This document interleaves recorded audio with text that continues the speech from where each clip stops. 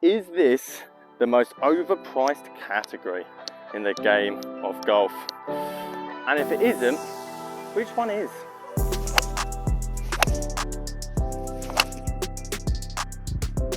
Where is all the money going? Do you agree that this is the most overpriced category when it comes to the game of golf? Most of us instantly would think driver, £450 for one club. Surely that is the most overpriced option. And in some parts I would agree with you. However, it's the longest club in the bag. Not only that, drivers have actually been around the £400 mark for an incredibly long time. Let me just show you a few options and releases of drivers coming out 10 years ago at the $500 or $550 mark. Some of you might rightly say, actually I think putters are extremely overrated or overpriced at the £350 mark, because let's be honest, it takes technique, time and practice to realistically get good at the putting element of the game. And then again, I would agree with you. However, with a club that, let's be honest, we're going to be using at least a third, if not more,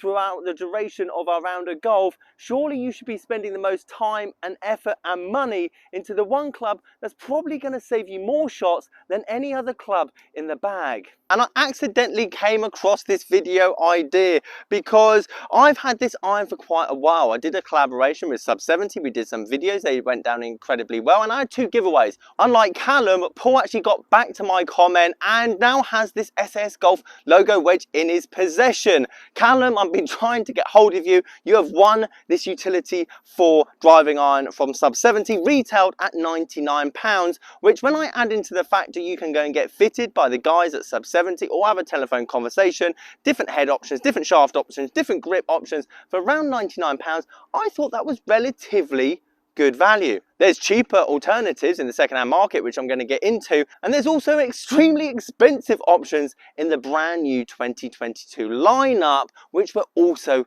going to get into. And the whole point of this video is that I found out exactly how much this particular category, driving iron, utilities, hybrids, have gone up in price over the last 4 years. And let's be truthful with ourselves when it comes to 2 factors. Number 1, they haven't really got any better, and number 2, this is the most least used club in the entire bag. So for you guys that have been watching my channel for a while, I'm hoping you're going to notice a bit of a difference in the audio, as it hasn't been great, I'm not going to lie, over the last month or so, but I feel like I've sorted it out. We're mic'd up. Let me know in the comments down below. I felt like now we've gone past the 60,000 subscriber mark, I might do some investing in the channel when it comes to audio, so you don't see up my nose every time that I'm talking to the camera. Right, first shot, 699 Utility Pro. It has got this reg flex shaft in it, so it's probably going to want to go high and left, so try and keep hands forward. Wow, that was struck. Has gone high. As I say, reg flex graphite. Great strike, great sound though. So apologies Callum, I am taking your club out for a spin today, and if I don't hear back from you, I'm going to have to redraw so someone else can take this SS Golf logo custom 4 iron off my hands. But even though I haven't hit this particular club yet, I've hit the iron version. I've hit the 699 Pro myself, and this is the whole reason that I feel all driving irons are virtually overrated. When it comes to driving irons, you have essentially a lump of metal on the end of a light stick with 2 purposes. One, your player A. You want to just find a fairway. Therefore, you're not really looking for raw distance because you are the raw distance. If you want this particular iron, 3 iron, 2 iron, 4 iron, you are a big hitter. Therefore, you need something that's forgiving, confident, lightweight and durable. Therefore, when I look at my affordable options, all the irons will be able to do what I just said. Option number 2, your player that's a slower swing speed player,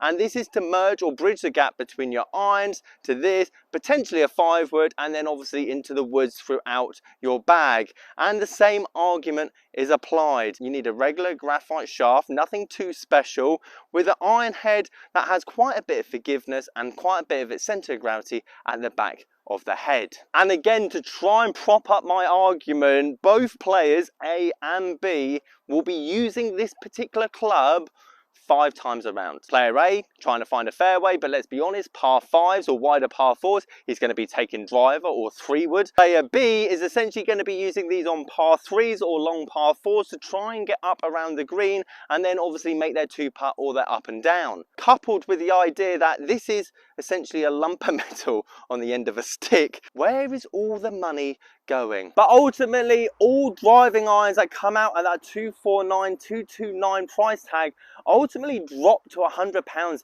in the first year. You don't have to be a genius to see that the Sim UDI that came out 2 years ago looks very similar in design to the Stealth UDI that's come out this year, or the Ping G425 that's come out this year versus the Ping G400. And I know a lot of you are probably thinking, Simon, I want to get fitted for this particular club. And in my eyes, as someone that's fitted many clubs throughout my career, utility driving irons is probably one of the easiest, simplest ones to gauge. If you're an incredibly fast club head speed player and you want to be finding fairway after fairway, ultimate distance, you're going to be X-stiff, hazardous in a 2-iron. If you hit your driver 270 yards to 250 yards and you're looking for that confident 200-yard plus club that gets you down the fairway, 3-iron with a stiff flex hazardous graphite iron. If you're looking for that mid-range club that's going to go 170 to 180 yards to basically bridge from your 5-iron in your graphite set already, regular flex 4-iron in pretty much any graphite shaft. Okay, let's talk about my great value options. Let's rattle through them quickly. Pros and cons of them and the price you could probably recommend getting them for. Let's go controlled first. 712 Titleist utility driving iron. They very rarely have changed the design over many years, and if anything, the newer ones I've seen, like the U500, basically cater to that more forgiving element, which is kind of the whole point why I'm recommending the 712, is that it's more of that, not ultimate distance, not ultimate launch, and because let's be honest, sometimes you want a driving iron that just finds a fairway, and if it's into wind, the wind's not going to touch it.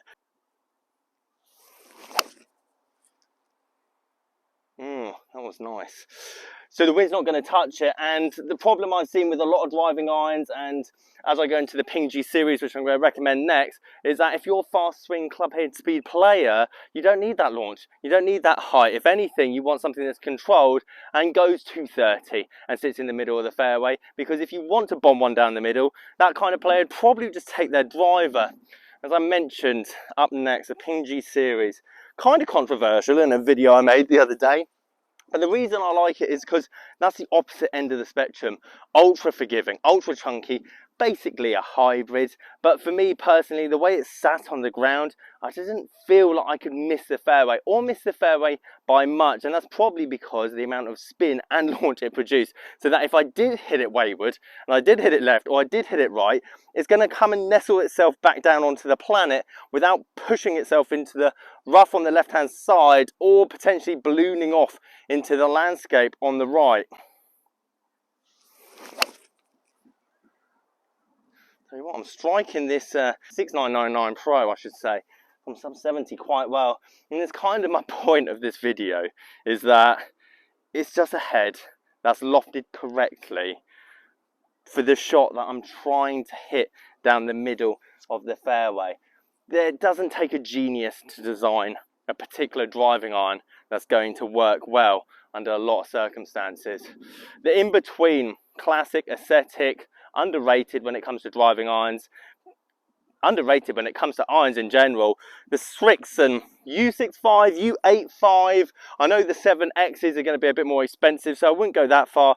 But again, you can find one of these, and I'm devastated I got rid of mine because my utility 65 iron Srixon, I had a 3, was just outrageous. It looked clean from above. Yes, it was chunky, kind of like the Ping G series, but it didn't feel like that when I stood over it. And I feel like it's a combination between the two, the 712, the Ping G series, and because no one really thinks Srixon when it comes to driving iron, you're going to be able to pick one up relatively cheaply. I hit that one a bit toey, but you wouldn't tell. Hence why I do like a chunkier driving iron. All 3 of those are very much in play. Now, 2 more classics. One a bit more emotional, and to be honest, still a bit overpriced, to be perfectly honest, mainly because it's got the name TaylorMade on the back of it, but it was a phenomenal driving iron.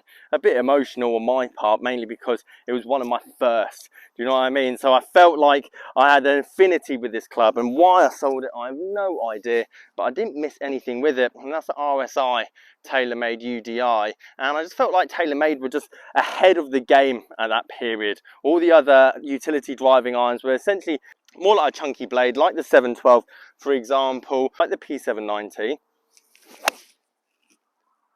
Yeah, not bad either. I've got a massive in-out swing path at the moment, but she will definitely do. And you could probably find one of these for 80, 90 pounds. I probably would be shocked if I didn't mention this brand as well when it comes to any kind of iron manufacturing, and it's Mizuno. Now you could go down the Mizuno HMB route, but again, just like all the other premium brands, you're talking another 100, 110, 120 pounds second hand. However, the Fly High in any series of Mizuno, again, like the RSI, was ahead of its time in that time period. And I just feel like with a nice S300 steel dynamic gold shaft, with a Fly High head in it, whether it's a 3 iron, 2 iron, whatever, going to absolutely love it. Oh, that's a good one to finish on, because I've absolutely smoked that. Guys, if you like this video, you might like this one up here on the left hand side. Catch you guys later.